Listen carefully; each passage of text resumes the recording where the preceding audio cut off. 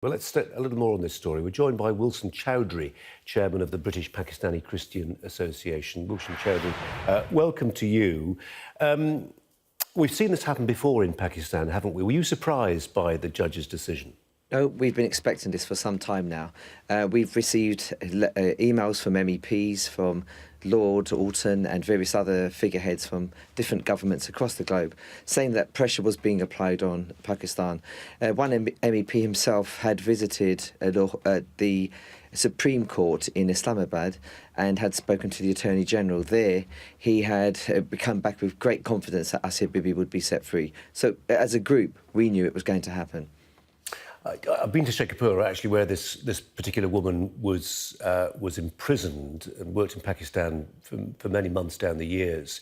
And anybody who spends a bit of time in Pakistan and goes out into the country will see the influence of the madrasas, the religious schools that are there. If you're poor and you want an education for your child, very often they are the only option, aren't they? And you could argue that's where some of these problems, spring from.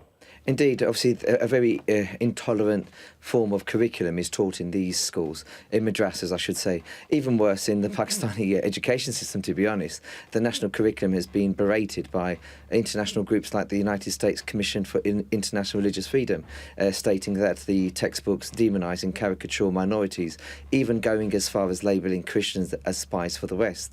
So it's very easy for people to return to anger and hatred towards the minorities amongst them, because they already have this preconceived concept that they are demons in their midst.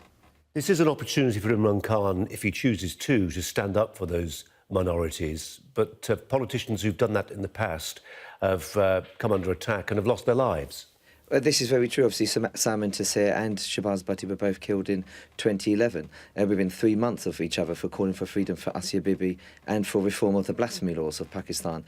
With Imran Khan, I'm not sure how confident I am that he has the appetite for change, not only because of the threat of danger to himself, but also because he has quite openly declared great support for the blasphemy laws.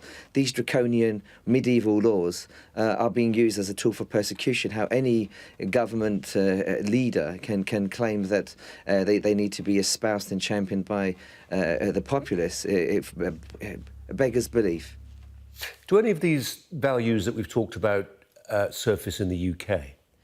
Of course. I mean, we've reported several times about incidents of kafirophobia, hatred of the non-Muslim.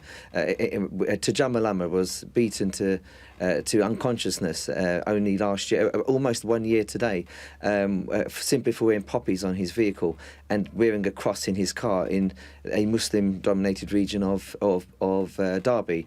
We've had Nisa Hussain, a man who was persecuted for 17 years for converting from Islam to Christianity.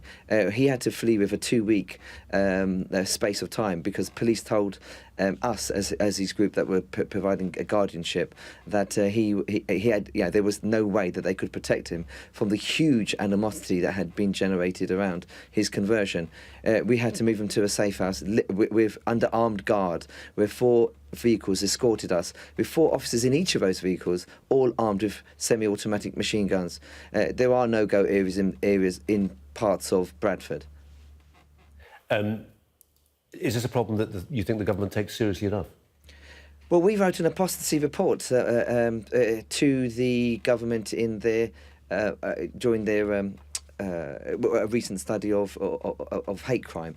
In that report, we detailed at least 17 case studies, but there are hundreds out there who are too fearful to speak out.